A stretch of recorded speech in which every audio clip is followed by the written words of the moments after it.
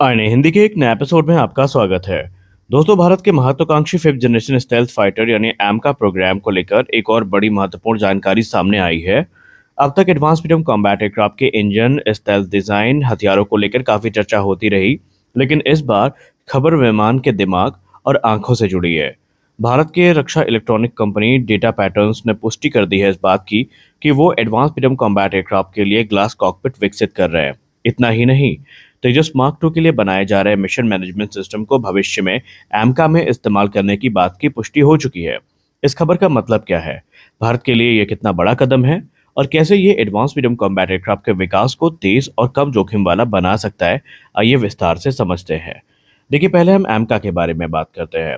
Advance medium combat aircraft Bharat का पहला स्वदेशी fifth generation stealth fighter aircraft होगा, जिसे डीआरडीओ की एरोनॉटिकल डेवलपमेंट एजेंसी यानी आडा विकसित कर रही है, जबकि उत्पादन का जिम्मा भविष्य में हो सकता है कि हिंदुस्तान एरोनॉटिक्स लिमिटेड और प्राइवेट सेक्टर को मिल जाए। इस विमान की विशेषताओं पर हमने कई बार बात करी। इसमें हमें stealth design, super cruise capability, internal weapon bay, अत्याधुनिक सेंसर फ्यूजन, एआई आधारित mission system, network centric warfare capabilities देखने को मिलती हैं। सरल शब्दों में कहें तो एमका भविष्य में भारतीय वायुसेना के सबसे उन्नत लड़ाकू शक्ति बनने जा रहे हैं। अब डेटा पैटर्न्स ने पुष्टि क्या करी है। हाल ही में डेटा पैटर्न्स के निवेशकों के साथ हुई एक बातचीत में कंपनी ने स्पष्ट रूप से कह दिया कि एडवांस मीडियम कॉम्बैट एयरक्राफ्ट का ग्लास कॉकपिट हम विकसित कर रहे हैं। और ये बयान बहुत महत्वपूर्ण है, क्योंकि पहली बार किसी भारतीय प्राइवेट कंपनी ने सार्वजनिक रूप से एडवांस मीडियम कॉम्बैट एयरक्राफ्ट के इतने महत्वपूर्ण सिस्टम में अपनी भागीदारी की पुष्टि करी है। ये केवल न एक सप्लायर की भूमिका है, बल्कि ग्लास कॉकपिट किसी भी अत्याधुनिक लड़ाकू विमान के सबसे महत्वपूर्ण हिस्सों में एक होता है। ग्लास कॉकपिट होता क्या है?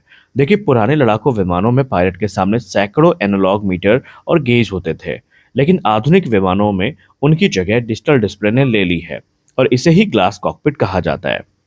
इन स्क्रीन्स पे पायलट को दिखाई देती है उड़ान संबंधी जानकारी, हथियारों की स्थिति, दुश्मन की location, radar data, electronic warfare जानकारी, नेविगेशन डेटा और सेंसर से प्राप्त जानकारी। यानी युद्ध के दौरान पायलट को सारी इंफॉर्मेशन एक ही जगह पर मिल जाती है। इससे पायलट का वर्कलोड कम होता है और उसकी लड़ाकू क्षमता बढ़ जाती है। अब एडवांस मीडियम कॉम्बैट एयरक्राफ्ट का ग्लास कॉकपिट कितना उन्नत होगा, क्योंकि एडवांस मीडियम कॉम्बैट एयरक्राफ्ट एक 5वीं पीढ़ी का विमान है, इसीलिए उसका कॉकपिट भी बहुत उन्नत होने वाला है। विशेषज्ञों की बात माने तो इसमें शामिल हो सकती है एक large area display, touch screen आधारित interface, voice command system, AI assisted decision making, sensor fusion display, helmet mounted display integration. इसका मतलब ये है कि पायलट को अलग अलग सेंसरों की जानकारी देखने की जरूरत नहीं होगी। सारा डेटा एकीकृत रूप में दिखाई पड़ेगा। और ये फिफ्थ जनरेशन फाइटर की सबसे बड़ी पहचान होती है कि उसमें चीजें काफी यूनिफाइड वे में हमें देखने को मिलती है। अब ये मिशन मैनेजमेंट सिस्टम क्या होता है जिसको लेकर इतनी ज्यादा बातें हो रही हैं। और अब बात करते हैं दूसरी सबसे महत्वपूर्ण तकनीक की।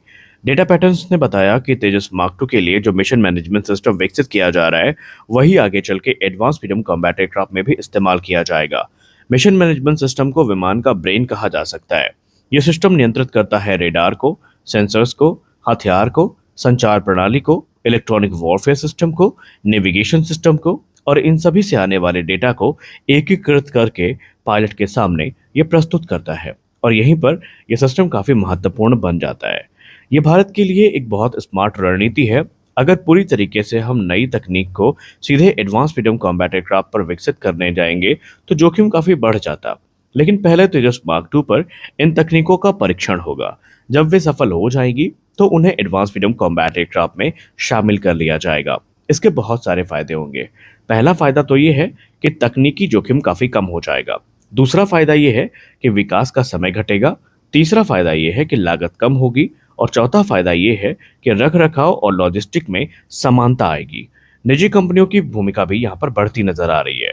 कई दशकों तक भारत का रक्षा उत्पादन मुख्य रूप से सरकारी संस्थानों तक सीमित था, लेकिन अब तस्वीर तेजी से बदल रही है। आज Tata group, Larsen and Toubro, Bharat forge, data patterns, अस्त्र माइक्रोवेव जैसी कंपनियां महत्वपूर्ण रक्षा परियोजनाओं में शामिल हैं।